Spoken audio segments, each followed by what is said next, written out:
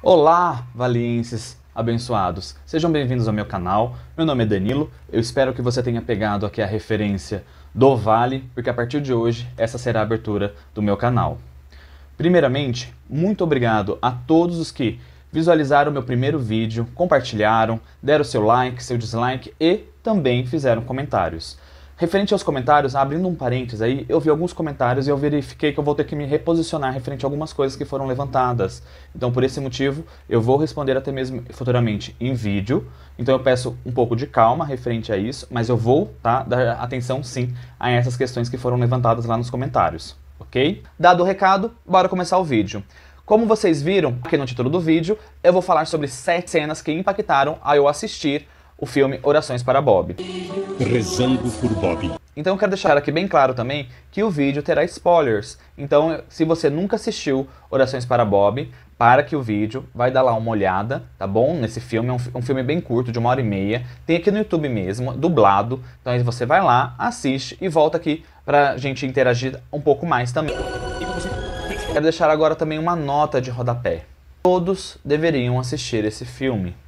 Tanto cristãos quanto não cristãos, e principalmente pais e mães cristãos de filhos LGBTQIA+, ok? Essa é uma nota de rodapé que eu acredito que é a mais importante aqui desse vídeo. O que se trata esse filme?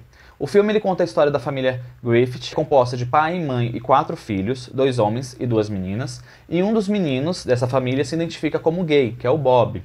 E a Mary, que é a mãe, não aceita de forma nenhuma. Esse filme se passa na década de 70 para a década de 80, então ela tenta de tudo nesse período curar o Bob. Nesse período ainda era considerado a homossexualidade como homossexualismo, uma doença, ou seja, então era comum terapias aí de conversões ou de cura para a homossexualidade. A partir da década de 90, isso deixou de ser aí autorizado pela medicina, pela OMS e também aí pelos centros de psicologia aí ao redor do mundo. Por esse motivo a gente também abandonou o termo de homossexualismo e sim passamos a utilizar apenas homossexualidade. Mas vamos lá falar das 7 cenas? A minha 7ª cena é quando o Bob fala que ele conheceu uma pessoa, que é o David, tá? E aí a mãe dele realmente fala que ela não vai aceitar um filho gay. Eu não vou ter um filho gay. E aí ele sai da casa da mãe dele aí definitivamente, tá? Então ali é uma das cenas que eu acho que é muito forte também. Eu tenho o privilégio de ter uma família que aceita a minha condição, né? Não me apoia em todas as questões, mas ainda assim me aceita e me respeita quando essas questões são levantadas. E por esse motivo é uma das cenas que me traz muita tristeza, porque ali você percebe que a partir daquele momento o Bob ele perde totalmente o chão dele, né? A base dele, que é a família dele, ele perde. Acredito que é um dos motivos que leva ele também a cometer suicídio. Minha 6ª cena é quando a mãe, a Mary, vai falar com um pastor, um bispo ali de uma determinada igreja, que acolhe os gays de uma forma que nenhuma outra igreja acolhia naquela época, e aí ela começa a rebater ao pastor e ao bispo as passagens que são utilizadas para a condenação da homossexualidade. E o pastor bispo começa a revidar essas acusações, né, com outras argumentações e outras explicações. E aí ela percebe que talvez ela tenha sempre interpretado erroneamente as passagens. E aí começa a abrir um pouco de luz no caminho dela. Levítico 20:13. Se um homem deitar com outro homem, os dois devem morrer. E depois ele diz a mesma coisa sobre o adultério ou uma criança que desobedece aos pais. E não interpretamos essa escritura literalmente. Mas e quanto a Sodoma e Gomorra? Deus puniu o pecado da homossexualidade. Como pode explicar isso? Estudiosos acham que o pecado era a ganância e não a homossexualidade. Rotularam como homossexualidade muitos anos depois de ter sido escrita. Tem resposta pra tudo só pra justificar ser dessa maneira, é isso? Se tem para justificar que isso está errado. E aí vai pra minha 5ª cena. Depois que ela percebe, tá, que ela estava interpretando as passagens erradas, que ela poderia ter acolhido o filho dela com amor e, acima de tudo, compreensão e aceitação, ela percebe que não tinha nada de errado com o Bob, e aí ela vai chorando, em prantos, ao bispo novamente, e admite que ela precisava de perdão do Bob, né? Infelizmente ele já está falecido, então não tem como ela ter esse perdão ali, mas automaticamente ela percebe que ela pode fazer de outras maneiras para conseguir o próprio perdão para ela, né? Eu acho isso também uma das cenas muito bonitas, e por esse motivo ela está aqui nesse top 7. Eu sinto tanto!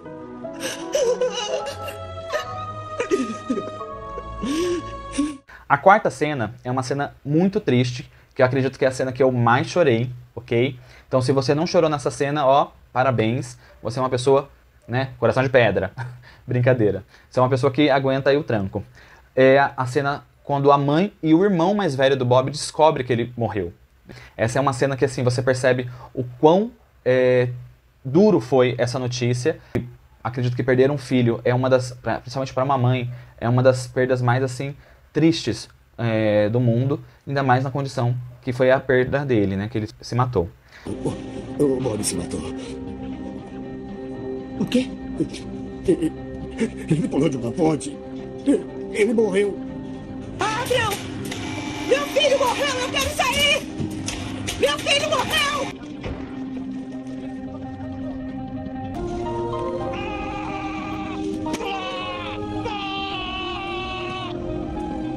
Levando esse gancho, a terceira cena é a morte do Bob. Essa cena, ele se mata pulando de uma ponte numa rodovia.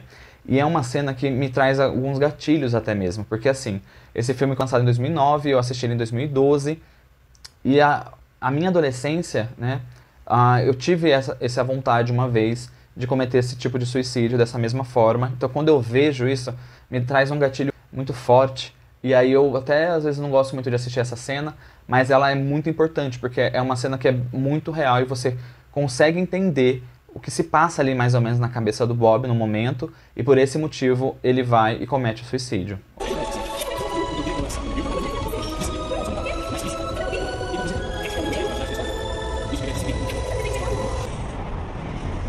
Minha segunda cena é o discurso da mãe. Depois que ela percebe, né, todas as questões com a Bíblia, todas as questões com o Bob, que ela não deveria ter feito o que ela fez, mas aí ela se encontra numa situação de ativista LGBTQIA+, e ela vai discursar, ela discursa num tribunal, né, referente a pedidos de direitos LGBTQIA+, na cidade, e o discurso dela é um discurso maravilhoso, ok? Ela começa o discurso falando o seguinte, eu até tenho aqui a cola aqui no computador: homossexualidade é um pecado, homossexuais estão condenados a passar a eternidade no inferno. Enquanto ela fala isso, as pessoas que são de outras religiões, né, que não são tão gay-friendly, começam a falar amém, tá? Qualidade é um pecado. É isso mesmo, Os homossexuais estão condenados a passar a eternidade no inferno. É uma coisa bem importante de se falar aqui. Se quisessem mudar, poderiam ser curados dos seus hábitos malignos. Se desviassem da tentação, poderiam ser normais de novo. Se eles ao menos tentassem e tentassem de novo em caso de falha. Isso foi o que eu disse ao meu filho Bob, quando eu descobri que ele era gay. E é essa mudança no momento do discurso, aí as pessoas elas começam a parar. Porque aí depois ela fala que o Bob se suicidou, tal. E aí uma das coisas que ela fala também que eu acho muito importante de falar aqui no vídeo é: eu acredito que Deus foi presenteado com um espírito gentil e amável do Bob. Perante Deus, gentileza e amor é tudo. Aí ela começa a falar também sobre as questões que ela sempre falava com o filho e como isso, o que ela falava, ia o matando aos poucos, né, até o momento que ele não aguentou mais. E aí ela termina o discurso falando assim: há crianças como Bob presentes nas suas reuniões. Sem que vocês saibam, elas estão ouvindo enquanto vocês ecoam um amém. E isso logo silenciará as preces delas. Suas preces para Deus por entendimento e aceitação e pelo amor de vocês. Mas o seu ódio e medo e ignorância da palavra gay silenciarão essas preces. Então, antes de ecoar amém na sua casa e no lugar de adoração, pensem. Pense e lembre-se, uma criança está ouvindo. Antes de ecoarem a mim em sua casa e no local de adoração, pensem e lembrem. Uma criança está ouvindo. Que é um dos momentos que eu acredito que seja assim crucial para o filme, porque ali eu acredito que ela também se perdoou, né, com todas as questões que ela fez com o filho. E ela, depois, ao longo da história, depois que você descobre, né, se você depois jogar na internet e verificar a história dela mais a fundo, ela foi uma das ativistas mais importantes ali nos Estados Unidos, tá? Então eu acho isso muito bacana também de ser levantado. Nós sabemos, né, a nossa história, tanto LGBTQIA+, aqui do Brasil, quanto lá fora também é muito importante. Mas a minha cena favorita é a cena que me traz esperança também, tá? Nesse filme, depois de eu ter chorado horrores, é o filme que me traz mais esperança, que é a cena final, que a Mary, ela tá exatamente numa parada LGBTQIA+, né? Nos Estados Unidos é como se fosse o 7 de setembro aqui no Brasil, né? Não é uma parada com trio elétricos e tal, são várias divisões, né, na parada, e a divisão que ela participa é pai, mãe, parentes de LGBTQIA+. E aí, quando ela tá caminhando ali na frente dessa parte, né, desse grupo, ela acaba visualizando o Bob, assim, parado. Nós sabemos que o Bob já faleceu, mas aí ela se aproxima até o Bob. E aí, quando ela se aproxima, não é mais o Bob, é um outro menino que tá ali. E aí, a mensagem que ali eu entendi que é passada é que aquele menino era o Bob naquele momento, que ele só precisava de um abraço e de uma aceitação. Então, ali, eu sinto um pouco de esperança, fielmente ali. Porque ali você percebe que existem vários Bobs precisando apenas de um abraço, de uma aceitação, de um respeito, acima de tudo, né? E você aí ter todo esse carinho que uma mãe pode ter com um filho é a cena principal aí do filme. Prometam que vão continuar tentando. Bob desistiu do amor. Espero que vocês não. Vocês estão sempre nos meus pensamentos. Meu nome é Bobby Griffith. Eu escrevi isso na esperança de que um dia, daqui a muitos anos, eu consiga voltar e lembrar como a minha vida era quando eu era jovem e um adolescente confuso, desesperado, tentando me entender e entender o mundo em que eu vivia. Outra razão por ter escrito era para que mesmo depois da minha morte, outros possam ter a chance de ler a meu respeito e ver como era a minha vida quando jovem.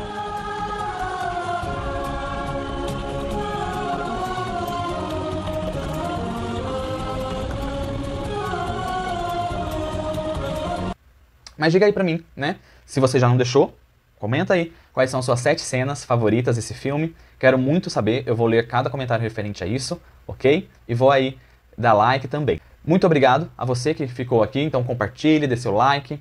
Sucesso aí pra todos, paz e maranata.